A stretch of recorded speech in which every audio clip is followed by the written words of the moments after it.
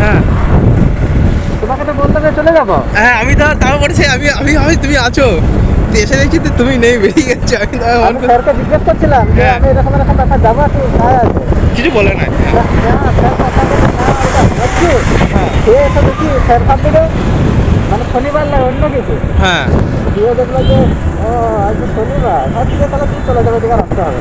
হ্যাঁ হ্যাঁ। দিয়ে একটা বাজছিল তখন, দিয়ে চলে গেলো।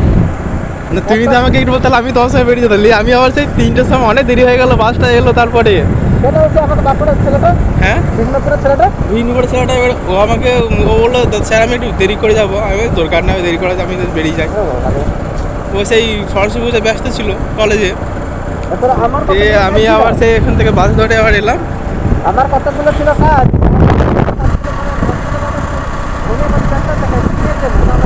হ্যাঁ হ্যাঁ। ও আচ্ছা আচ্ছা।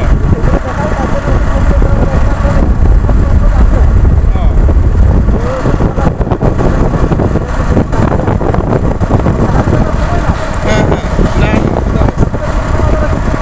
হ্যাঁ, না হলে ভালো করে আর কিছু করবে না রাস্তা দিয়ে।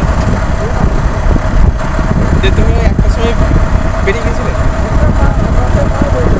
হ্যাঁ, তখন স্যার আমি অনেক দেখে লাভ নেই। না তুমি আমাকে বললে এই কথা বলে আমি তো দেখো আমি বলে দিতে পারছি। এখানে যা বাচ্চা চালানো আর কিছু বলে না,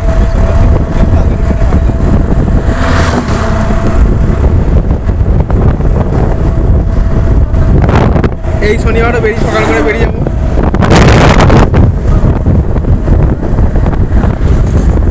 আজকে। আজকে ভীষণ সরস্বতী কমপ্লিট না হলে তো মানে বই টই পড়ানি।